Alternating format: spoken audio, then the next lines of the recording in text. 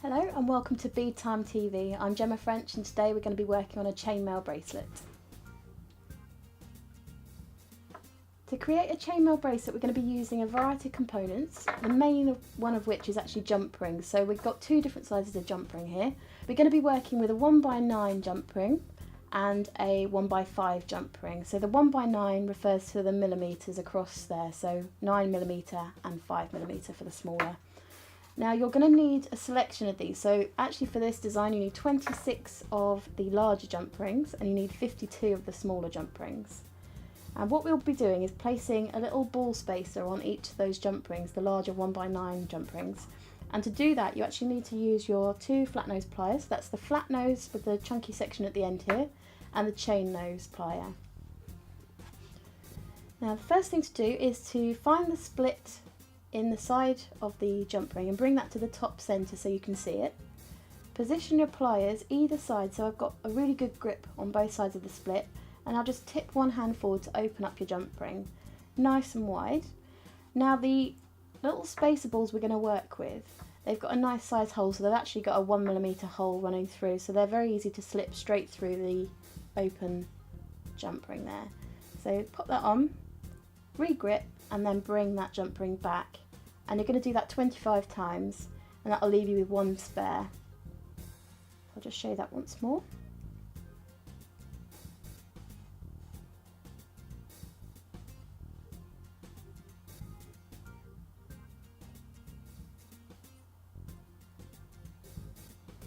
Now with round jump rings sometimes it's quite hard to get them closed flush, so what I'm going to show you is just a little trick that I use. Now if I open this up a little bit you can see there's a slight split in the side there. Now if you wanted to get that closed you could try forcing it inwards, but it's just generally not going to work. So what I do is take a really good grip either side of the split, reposition it so one side is really pushed forward from the other, and then bring them back and wiggle them backwards and forwards beyond the point that they need to meet, and eventually you'll feel them click against each other, and that's when you know you can release it because they'll be nicely closed up then. So you want to do that with all 25 of them. Now when you've got those 25 done, the next stage is to prepare your 1x5 jump ring. So what I would recommend is getting all 52 out and actually working your way through them, opening each one up. So because they're a little bit smaller you have to position them at the tip of the plier, push one side open and then push that down, and you're literally going to do that with your whole 52, so that can take a little bit of time.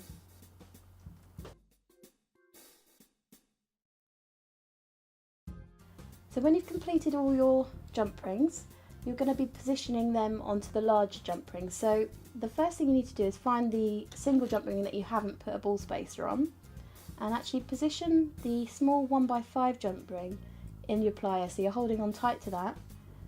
And you're going to link the large jump ring that you have there to another one with a ball spacer and close. So that's section one done. You then need to take another one of these 1x5 jump rings and slip that next to the first one that you've done. This can be a little bit fiddly when you're just getting started. If you get that parallel to that first one, bring that down and close it up. Okay, so what you'll have here is a little connection of a large jump ring, two small jump rings and a large jump ring.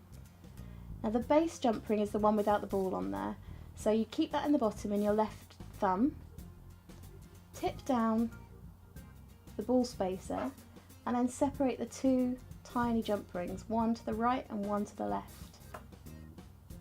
That exposes the top of the ring with the ball on it, and you just pull that bit up and that will trap your two little jump rings to the side there.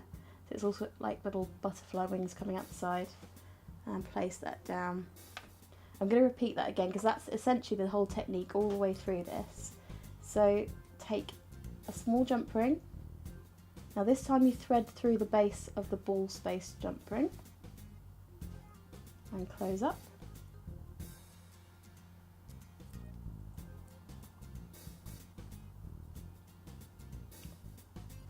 And we're going to link the next jump ring onto that. So you take another large jump ring,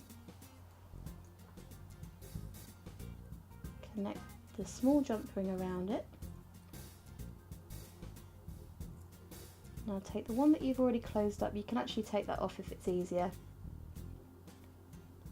Position that around the large jump ring, close up, and we're going to be repeating that flipping technique. So you take the chainmail in your hand.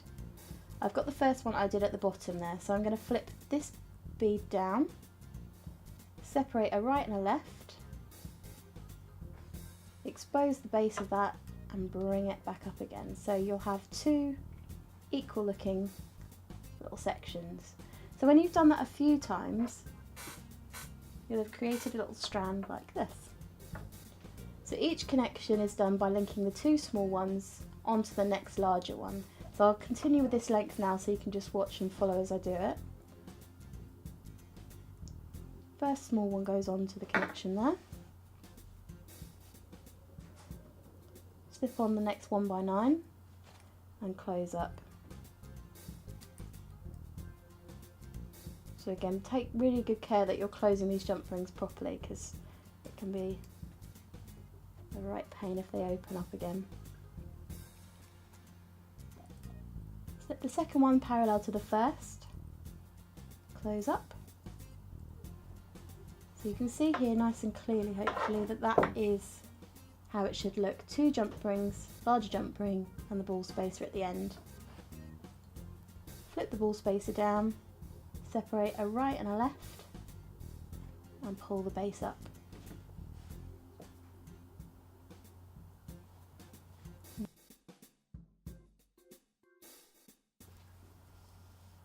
Now once you've connected all of your chainmail together, you're just at the final stage of putting your clasp on. So for doing that, we're going to be using the oval jump rings again, a lobster clasp and an extension chain. Now to connect those, we need to take the oval jump ring into the plier, grip either side with your two chain nose and flat nose pliers, push open and slip through the exposed ring at the end there.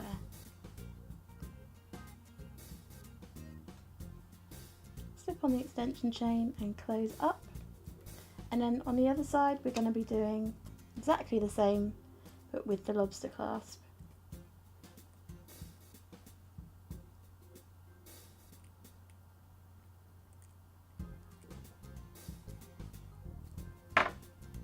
Okay, and then we have your finished chainmail bracelet.